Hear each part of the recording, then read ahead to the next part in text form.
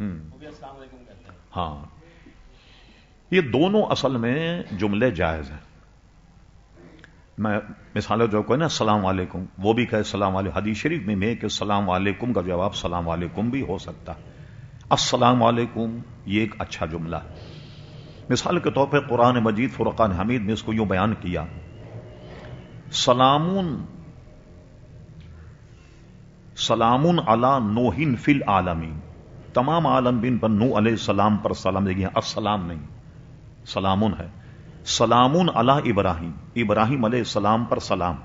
سلام علی موسیٰ و ہارون، حضرت موسیٰ اور ہارون پر سلام. اور ایک جگہ فرما وسلام علی المرسلین، تمام مرسلین پر سلام ہو. تو لفظ سلام جو ہے یہ بھی جائز ہے. بہتر یہ ہے کہ حضور فرماتے جب کوئی تمہیں سلام کرے تم اس سے اچھا جواب دو. یہ ہے مثلا ایک کہے السلام علیکم، آپ کو وعلیکم السلام ورحمۃ اللہ وبرکاتہ. لیکن جب آپ نے مسئلہ پوچھا ہم اس کی ایک یہ بھی بتا دیں. آج کل اصل میں ہم لوگ مصروف بہت ہیں، وقت کسی کے پاس بھی نہیں. اب سلام کرتے ہیں تو کیا کہتے ہیں؟ السلام علیکم. دوسرا ہی بہت مصروف ہے، وہ بھی کہتا ہے وعلیکم السلام. اب آئیے کتاب الطب بخاری شریف میں یہ ہے، حضور علیہ الصلوۃ والسلام نے فرمایا. کبھی ہم اس کو انشاءاللہ عنوان بنا کر اس پر گفتگو کریں گے. فرمایا یہ جو کالا دانہ ہوتا ہے جو اچار وغیرہ میں استعمال ہوتا ہے، اس میں ہر بیماری کا علاج ہے، جس کو کلونجی کہتے ہیں. ٹھیک ہے نا، اچار وغیرہ میں استعمال ہوتا ہے اور حضور علیہ السلام اسے استعمال بھی فرماتے.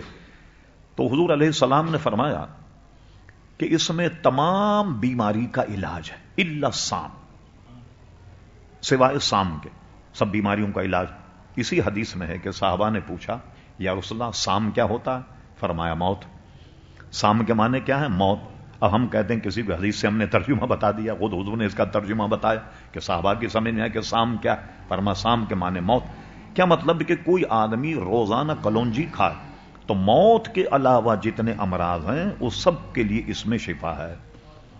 شہد میں شفا ہے، بے شمار اور چیزیں. حضور علیہ السلام کلونجی بھی استعمال فرماتے، اسی طریقے اور اشیاء استعمال فرماتے بطور دوا.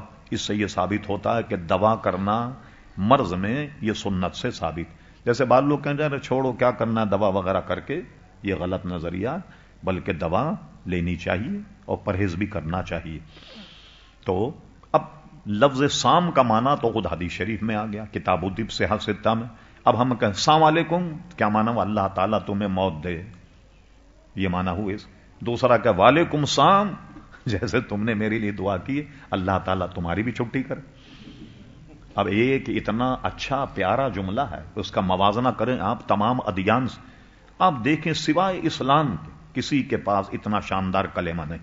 ایک آدمی کہیں آتا کتنے نپے تلجوی، یہ عربی کی فصاحت و بلاغت کہ آپ اس سے کہتے ہیں اہلاً و سہلاً. ایک جملہ یہ آئیے آئیے تشریف لائیے، آئیے آئیے کیسے آئیے، یہ سارے جملے بالکل بیکار قسم کے. دیکھیں اہلاً و سہلاً کیا مطلب ہوا؟ جب آپ آ گئے اہلاً، آپ یہ سمجھے کہ اپنی اہل میں آئیں، اپنے گھر میں تشریف لائیں، اپنے بال بچوں میں آپ تشریف لائیں. جب آپ اپنے بال بچوں میں تشریف لائیں تو سہلاً، کوئی مصیبت ہی نہیں. ساری مصیبتیں آپ پر آسان ہیں، آپ کی رہائش، آپ کا کھانا، آپ کا پینا، آپ کا رہنا، آپ کا سونا جاگنا، جیسے آپ اپنے گھر میں سوتے جاگتے ہیں. دو لفظ ہیں اہلاً و سہلاً، مگر فصاحت و بلاغت کے اعتبار سے کتنے عمدہ. اسی طرح السلام علیکم، اللہ تبارک و تعالیٰ تمہیں سلامت رکھے. دوسرا جواب نہ کہ وعلیکم السلام، اللہ تبارک و تعالیٰ تمہیں بھی سلامت رکھے، تم پر اللہ کی سلامتی ہو. سارے ادیان پڑھ لیں آپ، کسی میں آپ کو اتنا شاندار جملہ نہیں ملے گا. کہیں کیا ہے good morning, good night, good afternoon, کیا ہے یہ؟ کسی کچھ بھلا ہوا آپ کا یا نہیں؟ کوئی کسی کا کوئی بھلا نہیں. تو اس کا پھر یہ نہیں کہ یہ خالی سلامی، بلکہ حضرت عمران رضی اللہ عنہ سے روایت ہے ترمذی شریف، وہ روایت کرتے ہیں کہ حضور علیہ السلام کی خدمت میں ایک شخص آیا، اس نے کہا السلام علیکم. حضور نے فرمایا وعلیکم السلام، بیٹھ جاؤ. اور فرمایا اس شخص کے لیے 10 نیکیاں، 10 نیکیاں. ایک اور شخص آیا، اس نے اتنا اضافہ کیا السلام علیکم رحمت اللہ. حضور علیہ السلام نے جواب دیا، بیٹھنے کو فرمایا. ارشاد فرمایا یہ 20 نیکیوں کا مستحق ہو گئے. ایک اور صحابہ انہیں کہا السلام علیکم ورحمۃ اللہ وبرکاتہ. حضور علیہ السلام نے جواب دیا، بیٹھنے کو فرمایا اور فرمایا یہ شخص 30 نیکیوں کا مستحق ہو گیا. اور ایک روایت میں یوں بھی ہے، ایک صاحب نے آن کر السلام علیکم ورحمۃ اللہ وبرکاتہ ومغفرت. حضور نے فرمایا 40 نیکیوں کا مستحق ہو گیا. لیکن بعض علماء نے اس پہ کلام کیا اور فرمایا کہ اتنا ہی رکھا جائے السلام علیکم ورحمۃ اللہ وبرکاتہ، تو 30 نیکیوں کا مستحق ہو گیا. اب آپ حساب لگائیے، بعض نیکیاں تو ایسی ہیں کہ آدمی کو پیسہ خرچ کرنا پڑتا، بعض نیکیاں ایسی اس میں جان کھپانی پڑتی، بعض نیکیاں ایسی ہیں کہ جس میں محنت کرنی پڑتی. اور آپ چلتے پھرتے ایک دوسرے مسلمان کو السلام علیکم ورحمۃ اللہ وبرکاتہ، دن بھر میں آپ کتنی نیکیاں کما سکتے ہیں؟ کتنی نیکیاں کما سکتے ہیں؟ یہ وہ نیکیاں ہیں جو ہم بلا وجہ کے چھوڑ رہے ہیں اور جس میں نہ کوئی وقت لگتا ہے، نہ کوئی محنت لگتی ہے، نہ کوئی دقت ہے، نہ کوئی مشکلات میں. ہر مسلمان کو جب ملے سلام. حدیثوں میں ہم نے پڑھا بعض صحابہ کرام علیہم رضوان بازار جاتے، کوئی سودا نہیں خریدتے، کچھ لیتے نہیں، کچھ بیچتے نہیں. کسی نے پوچھا ہوگا کہ آپ بازار کائے کے لیے جاتے ہیں؟ کچھ خریدتے نہیں، بیچتے نہیں. کہ ہم اس لیے جاتے ہیں کہ اپنے مسلمان بھائی ملیں گے تو ان کو سلام کریں گے تو ثواب پائیں گے.